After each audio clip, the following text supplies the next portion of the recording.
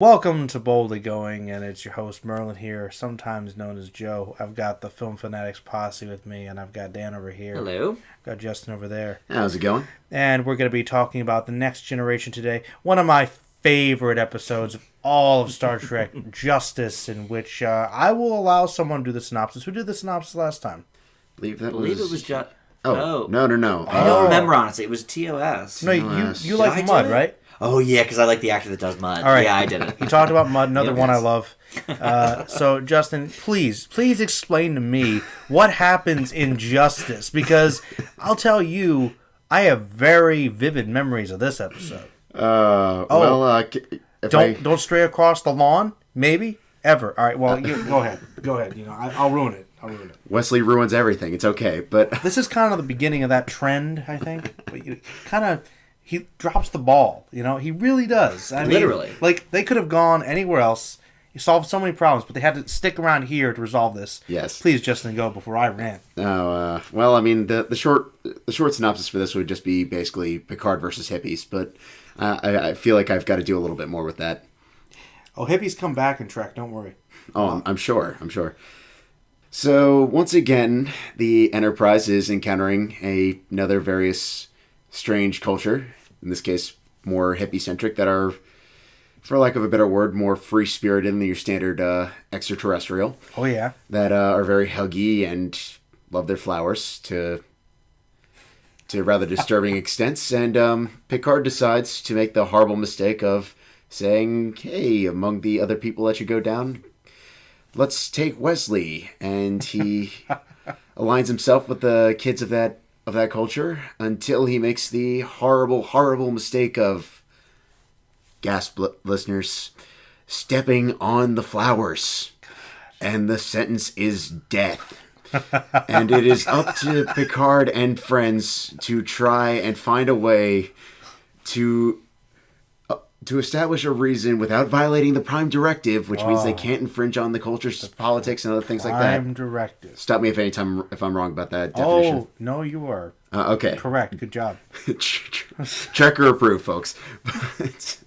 I'm okay with Trekkie, by the way. We can keep that official. I don't Joe think loves Trekkie. I think it sounds better than Trekker. I don't think it sounds appealing to the okay, ear. Trekkie approved. I'm fine with that. Whatever.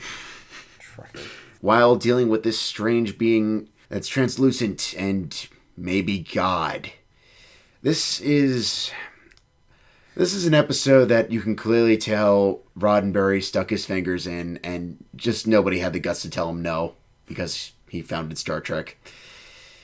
It tries to focus on the hippie thing, then throws in not God, bringing in, which for me drew immediate parallels to the Ferengi episode, which was awkward. Mm-hmm. I would say much more so in that episode than this one, but all right. It gets weird. It feels very much like a TOS episode that just snuck into Next Generation, and because of that, it suffers tremendously. Yeah, I gotta admit, when it's Picard getting diplomatic, it does pick up a little bit, because although I did enjoy when Wesley was trying to sort of intervene and be like, "It is my problem. You're about to get executed. Shut up." But overall, I thought this was another shoddy Next Gen episode that was probably meant for TOS, but just happened to be a Next Gen. All right. So what would your grade be? For me, this one's probably a C. Like, if you're looking at it at TOS camp standard, it's almost so bad it's good. All right. Now, Dan, I'm curious. Maybe a different perspective. Loved it? Well, no, I can't say I loved it, but my biggest issue is calling them hippies. They're not hippies. What's the number one edict of hippies? Peace and love. Peace is the first one. They would never let's murder everyone for stepping on the lawn. So like, it's a misconception it's just, of hippie culture. It's not at all hippie culture. Well, I can't say not at all, because you're right, there are some aspects. But to refer to this as a hippie land is just inaccurate, I think. Aside from that, naturalistic, maybe. That's maybe a better way to go. That's another thing. They're also trying to sneak in really, really like not so subtle environmental undertones. Definitely. Which all right. Weird, but sorry. The other thing is, you're a Wesley hater. I'm on the other side. Dan loves that so Wesley. I certainly didn't want him to die. Well, I figured he wasn't going to die. He's around for a while. I've seen an episode with him in it after this. He does last, yes. So But aside from the, no tension due to that aspect, I do feel like it is reminiscent of the campiness of TOS, which is something that I don't think we've quite seen yet in the Next Generation to this degree.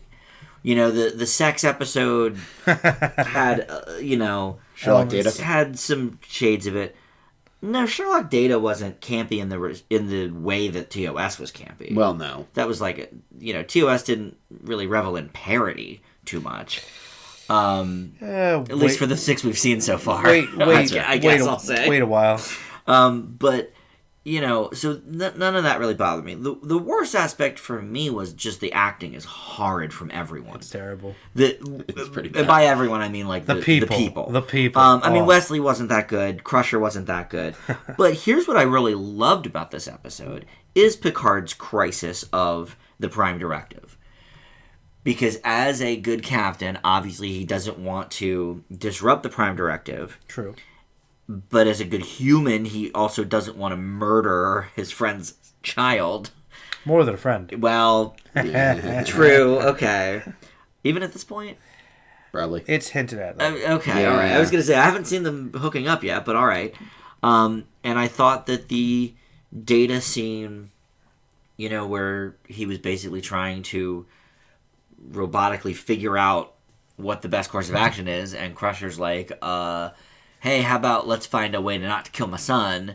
I mean, I thought that was a good scene. Yeah. So I think this episode definitely had more going for it than all of that awfulness. I do agree it's not great. I mean, ironically, my grade's not that much higher than yours, Justin. But I think your grade is primarily due to camp factor. Mm-hmm. And mine is due to, I think there's actually some interesting ideas here. It's not all great, but I give it a B-. Wow. I mean, my counter to that is there's always been interesting ideas in Trek. I mean, even in bad episodes, there's at least an attempt at that. Be it Charlie X trying to tackle like youth culture, or the last TOS episode that we watched, trying keyword there to talk about objectification. Well, I don't mean the themes in that broad of a sense. I mean really the Picard issue, the Picard internal struggle of what do I do here to keep this boy alive while staying with the Prime Directive. I don't mean like the stuff about God. Oh, no. That was a little bit much. But just a wee bit on top of everything else. I'm intrigued, Joe. Because I feel like you're lower than Justin on this. A little bit. Yeah. Yeah, I mean, I think the acting's god-awful. The acting is the worst part of this episode. I mean, I agree that, the Prime Directive stuff is pretty decent, I guess. It's just that it's one of those things in Next Gen that gets overused and broken, and it's kind of... But Next Gen is just starting. Yeah, it's true. Can I ask a question about that, though? Just, obviously, new Star Trek watcher. Yeah. Had the Prime Directive been brought up before this episode? This is probably incredibly not naive question, but... Well, since the original series is the original Star Trek Foundation, yes. Prime Directive is brought up many times, and common dilemma, do we interfere with this, primitive species without interfering? Well, Kirk often breaks that rule, usually saving the day, and Picard's presented as the opposite, which means he's more of a stickler, usually not as fun. You'll see that slowly fading away. But, it does create some good moral problems. It is an interesting idea, but it's often kind of frustrating. There are some interesting ideas, but I think that the presentation of the basic story here is really dumb. I just think it's dumb. I think the presentation is dumb. I don't think it's campy. I just think it's dumb. I mean, even by TOS standards... Dumb can be campy, though. It can be, but there are some TOS episodes that are as campy as the rest, but they're dumb by comparison, You'll see some of them. There are some bad ones. For sure. There are. So, you'll notice that. But really, I think in the spectrum of Next Gen, there's compared to some of the later seasons, this is it's just really bad. All right. I mean, I leave it with a C-. I think it's kind of okay, but, I really don't like it. You know what I thought of when they first landed and saw these people, Joe? Please go on. Joe knows this. I do? What did you think of? One of my favorite sci-fi things ever. Were you thinking of the Eloi? I was. Yeah, well, that's probably what they were going for. They're called the Edo, which is hello, really? It's right there. Probably. So, well, maybe the God thing was a Morlock-ish idea. Maybe. Maybe. I could see it. Yeah, I mean, there's definitely something What there. movie? I liked it a lot. Yeah. Color or black and white though? What'd you go for? If you had to choose. I think it was always in color. I believe it was a big Technicolor thing. See, that's the thing. We saw it in Technicolor, but I remember younger, as a kid on TV, I saw that version black and white. Did you watch it on a black and white set? No. Okay. It was. This was like 2002 Sci-Fi Channel. It was black and white. Huh. So I Don't don't. know then. And I know it's that only other version that exists other than the other one. That we don't talk about. Was Mark Wahlberg in there? And that was Planet of the Apes. Guy Pearce. Guy Pearce. Ooh, Yeah, well, so I never watched that. The point is, so I don't know. All right. It's interesting. Is there a cut somewhere? Because I don't know. Not that I know Not to of. my knowledge, no. Yeah. I don't know what was up. Maybe it was a special thing they did. I don't. Could have been. Maybe. They But decolorized things. I guess you could do that. I don't Mad know Max, if you right? can. I mean, Monk did that. All right. Sorry. Let's. Now we're too far gone. Though Anyways. no, we can bring it back around because Tony Monk- Shalhoub. Galaxy Quest, There we go. Star There it Trek. is.